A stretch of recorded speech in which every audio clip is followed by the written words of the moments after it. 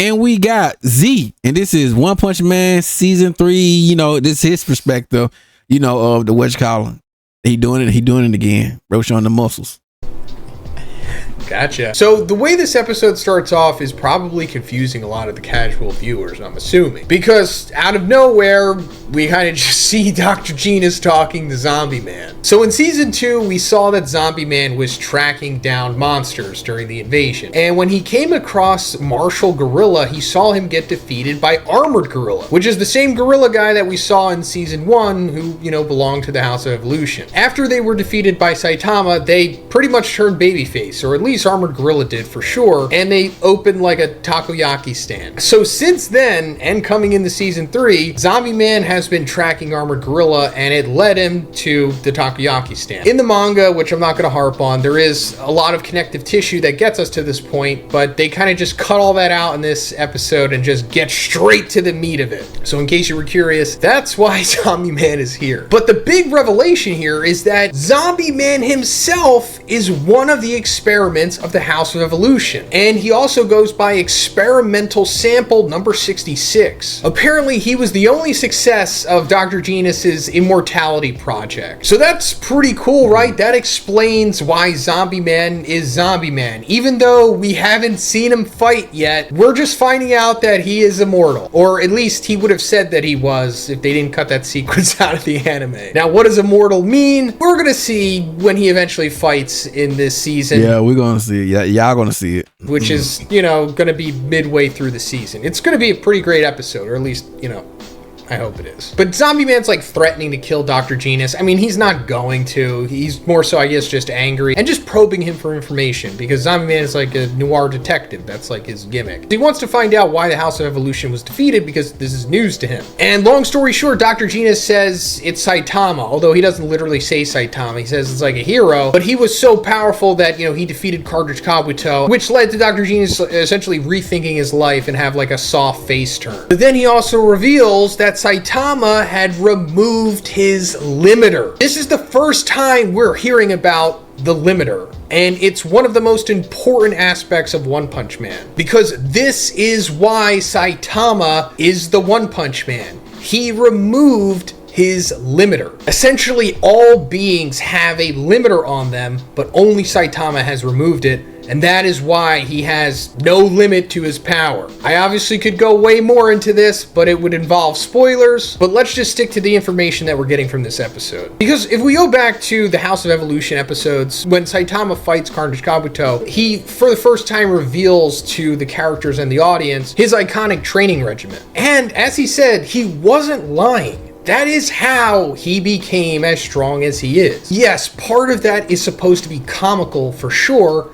and I guess supposed to inspire the viewer to like have a training regimen as well. In the world of One Punch Man, Saitama did that training so much to the point of where he removed the limit of his power. And another little funny thing in this sequence is Zombie Man asks him, did he gain all at no cost? And Dr. Genus is like, well, in exchange for his strength, he went bald. But also suffers from suffocating isolation of being the strongest and never having a challenge again, which I guess is a fair trade-off. But going further, Zombie Man's like, I know many monsters who disregard their strength limits. When they don't become actual monsters, the world calls them heroes. And Dr. Genus is like, no, this is on a whole different level. And he goes on to fully explain to the audience how monsters work, like how people become monsters and why their strength is different than what Saitama's is. There's so much information here that also isn't fully explained in the anime as well that I'm going to have to make 2 separate videos talking about this stuff, and I'd really like to get them out this week. So guys, if you haven't subscribed yet, please subscribe. I know a lot of you watch my videos from the recommended, and that's fine. I do the same thing with plenty of YouTubers, but for me, I'm still growing, so I would really appreciate if you can hit that subscribe button. We're almost at 300K, and I know that's not impressive and it doesn't matter, but let's just hit that milestone anyway. We're eventually gonna get to 1 million, so we gotta hit 300K first. And also, if you could just like the video. All you gotta do is just hit the like button with your thumb. Just move it over a couple centimeters, boom, and it'll help this video go out into the ether more. But like I said, I am going to make 2 follow-up videos to this. One going over how monsters are monsters and what makes them work, as well as my ultimate grand theory on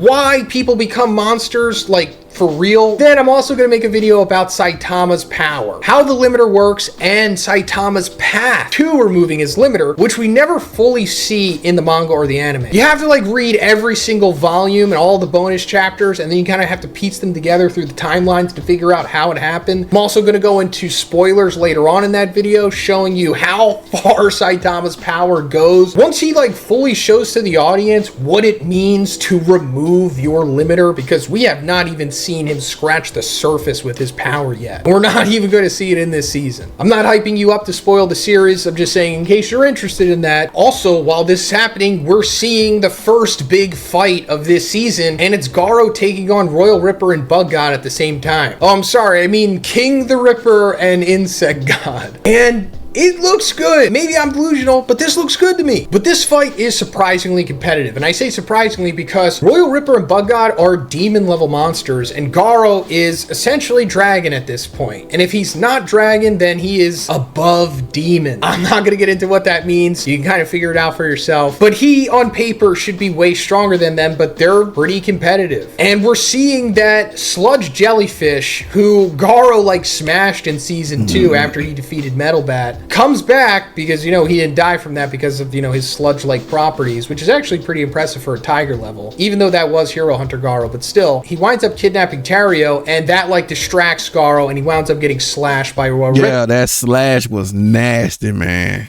And then he just gets destroyed. Bro, this what him was nasty right here. Destroyed after that. And this was nasty, bro. It was like I'm like, oh, at the same time, like, yes, show more blood. before we go further, let me just say that I made a video during the pandemic when I was really into power scaling this series, and I came to the conclusion that Bug God is the strongest demon level monster in the series. Maybe that's changed. I'm gonna make like a new grand power scale video of One Punch Man once I finish rereading it again, which I'm on my path as we speak. But he might still be the strongest demon level, which is, I don't know, it's kind of interesting, right? If you ever thought about that, like, who's the strongest demon?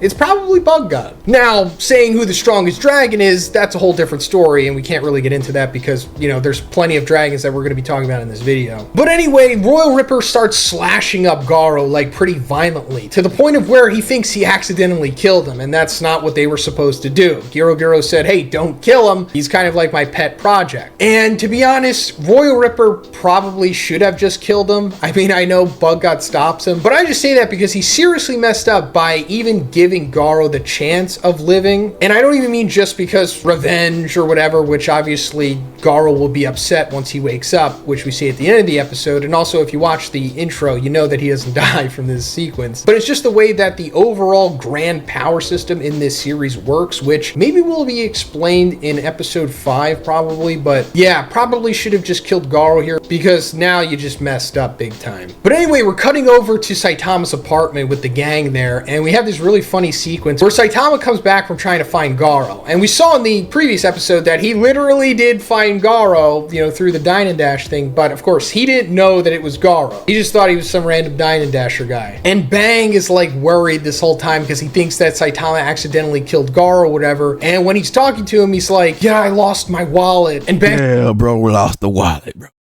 I love the comedy stuff. It's like, oh, I thought you clashed with Garo. Because, you know, while Bang is upset with Garo, he still loves him. It's still kind of like his grandson or even like his son in a way. And he's like, now that you mention it, that Dine and Dasher. I bought some cabbage, but I left it at the restaurant. And this is funny, of course, because Saitama... You don't want to recover that thing, boy. ...is literally referencing Garo here, but he doesn't even know it. And obviously Bang doesn't either. Then Fubuki comes and gives him back the cabbage because he left it at the restaurant and also left her with the bill in the previous episode too, so that's getting resolved. Then Dr. Kuseno shows up. He's like the guy that makes Genos a cyborg. And looking back on this sequence, it really doesn't add much to the story other than Saitama just meeting Dr. Kuseno and I guess him getting more screen time. But to be honest, I know way too much about this series, especially what's going on currently, and I'll just say that this sequence does matter. it's probably telling us things that we're not going to know for a very long time. Anyway, we come back to the Monster Association and we see Royal Ripper and Bug God tell Giro Giro that they killed Garo, and Giro Giro's not really pressed by this. It's like almost like they know that Garo isn't dead, but they're kind of pleased with how things went because of how the power system works in this series. And, you know, again, probably talk about this in episode 5. Giro Giro also mentions that a Hero Association surveillance robot went through the tunnels that Elder Centipede made in season 2 and is going to pinpoint the exact location of the Monster Association within like a day. They don't show it for some reason in the anime, but it's like a little robot drill dog that Child Emperor has. It's just saying that, like, yes, very soon the heroes are going to invade the Monster Association and the big battle is going to start. But we're just further seeing what is to come in this season, essentially, by seeing all of these monsters. And I also like this sequence because we don't really get to see too much of this ever again. Like a little slice of life almost.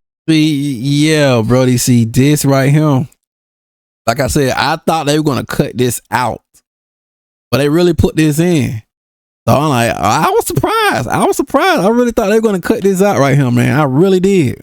Sequence of the Monster Association, like how they interact and work, like, because I like that. It's like, instead of just making them like this faceless bad guy organization, it's like giving them some depth. It's like, yeah, when they're off screen, they are kind of just living and chilling and doing their own thing. We've got Rhino Wrestler. We saw him in season 2. He's going to be fighting this season. We've got Phoenix Man, who's saying some ominous things here about, hey, maybe I'll be the Monster King too. He's going to be fighting this season. We've got Super S. She's going to be in the next couple episodes. We've got Hellfire and Gale. They're talking about Flashy Flash again. Obviously, they're going to fight Flashy Flash. I think we even saw in the intro that they're going to fight him. We've got Pure Blood the Vampire, who claims that he is a monster by birth. That's super fascinating because he calls all the other monsters like pseudo-monsters because, you know, they're humans who became monsters, but he himself is just straight from birth a monster. To be honest, this stuff isn't really explored too much, although we do know that monsters are born monsters. I mean, straight up in the first episode, Vaccine Man says that he is born from the pollution of the planet. Even though there's more to that, but I won't bore you guys with the deeper theory to that. But I just hope eventually we get more into like monsters who are born monsters, because that's fascinating to at least me. We're seeing this guy, Devil Longhair, although his official name is Malonghair. We're seeing Neon, who is also an executive, so he is dragon level. Then we see Royal Ripper running into that robot guy, G5. And it turns out that he has the head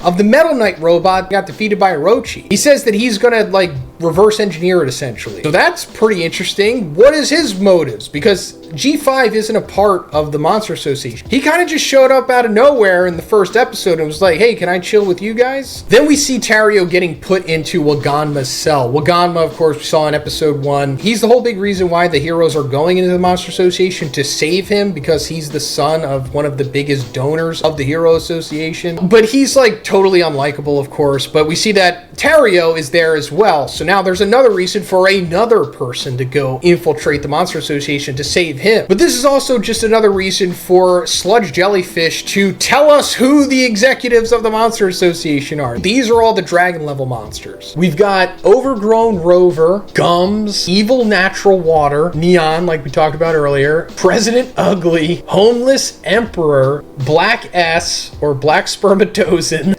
I love Black S, brother. He's the one. Giro Giro, and then we see Orochi. So it's like, wow, the odds are actually kind of stacked against the Hero Association at this point, because the S-Class heroes range from like demon level to dragon level. Not all of them are dragon, but all of these guys we saw are dragon, and then we have Orochi at the top of the pyramid, who at this point very likely could be above dragon. You know, that same level that Boros was. You remember Boros from season 1? Orochi could be on that same level of power, possibly. But then we come to the end of the episode where we see Garo's hand twitching, because obviously he's not dead. Yeah, Garo's going to be back in the next episode for sure. Looking forward to that. But wow, let me know what you guys think about this. And there you go, ladies and gentlemen. Yo, that was bad, bro. I ain't gonna hold you. I love it, but you already know. Legal, but I'm all that good stuff, man. Let's get